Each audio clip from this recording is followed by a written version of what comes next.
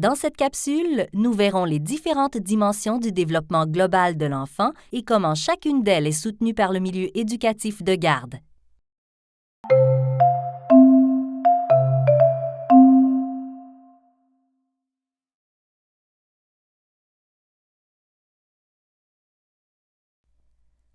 La sécurité affective joue un rôle déterminant dans le développement. Nécessitant d'abord que l'adulte comble ses besoins physiologiques, il est tout aussi vital pour l'enfant de se sentir en sécurité pour se développer sur d'autres plans.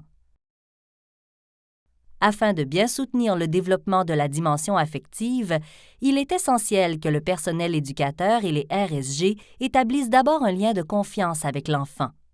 Considérant que son environnement est sécuritaire et qu'il peut compter sur l'adulte, l'enfant explore, apprend à se faire confiance et acquiert une bonne estime de lui.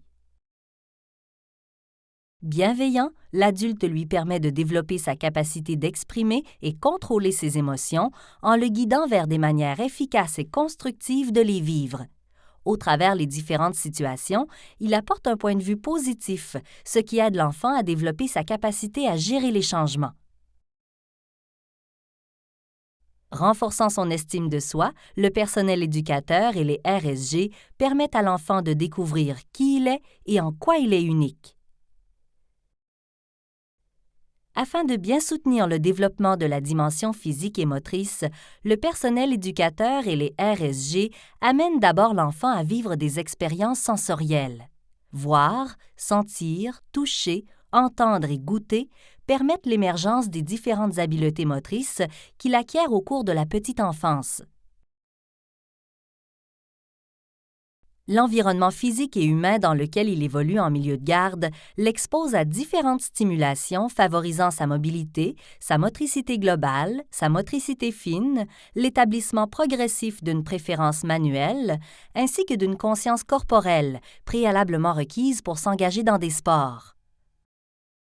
L'adulte soutient l'enfant pour que celui-ci offre une bonne réponse motrice, comportementale et attentionnelle lorsqu'il doit traiter les différents stimuli de son environnement et de son corps. Par exemple, lors d'une activité de chaise musicale, quand il y a beaucoup de musique et d'action, l'adulte encourage des comportements acceptables. Ne pas crier trop fort, s'asseoir doucement et faire attention à ne pas marcher sur le pied d'un autre enfant.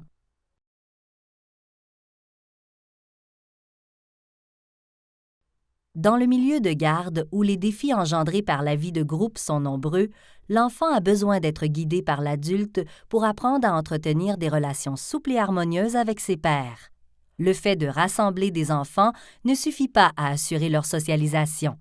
Le rôle de l'adulte est d'amener l'enfant à mettre des mots sur ce qu'il ressent et l'aider à prendre sa place tout en tenant compte des autres. Soutenir le développement social de l'enfant, c'est lui apprendre à coopérer, à partager, à servir de modèle et à résoudre ses conflits de façon pacifique. Pour sa part, le développement moral de l'enfant est intimement lié aux dimensions cognitives, affectives et sociales. Il estime généralement qu'une action est bonne ou mauvaise selon les conséquences positives ou négatives qu'elle entraîne pour lui. Il apprend peu à peu à tenir compte du point de vue des autres avant d'agir, mais ce n'est qu'à 6 ou 7 ans qu'il commence à distinguer ce qui est bien ou mal. Les variables qui influencent le développement cognitif de l'enfant sont le niveau de maturité de son système nerveux, directement lié au développement de ses sens, ainsi que les interactions qu'il a avec les personnes et les objets de son environnement. Pour soutenir le développement cognitif, le personnel éducateur et les RSG offrent du matériel et des défis correspondant au niveau de développement de l'enfant. Ayant suffisamment de temps et d'espace pour jouer, l'enfant expérimente, crée et raffine ses habiletés de raisonnement. L'adulte le questionne sur ses réalisations et découvertes, ce qui l'aide à progresser dans sa compréhension du monde et ainsi élaborer des stratégies pour résoudre les problèmes qu'il rencontre. Dans le milieu de garde, le développement des habiletés langagières et de la représentation symbolique sont grandement stimulés. Permettant à l'enfant de comprendre qu'un son est associé à un objet, les multiples interactions verbales auxquelles il est convié dans la vie de groupe lui permettent d'évoluer tant sur le plan de la compréhension que l'expression verbale. Le personnel éducateur et les RSG, soucieux de soutenir le développement du langage, proposent différentes activités par lesquelles l'enfant joue avec les mots. Par exemple, les comptines l'aident à atteindre une conscience phonologique. La lecture d'une histoire, ainsi qu'un bricolage en lien avec celle-ci, l'éveille au monde de la lecture et l'écriture, tandis qu'assister à un spectacle l'éveille à la culture, une autre forme d'expression corporelle et artistique. Quoique le développement global de l'enfant soit établi sur un ordre relativement prévisible, il arrive que le processus soit accéléré, ralenti et parfois même irrégulier. Certaines situations difficiles, importantes ou nouvelles peuvent même engendrer des régressions.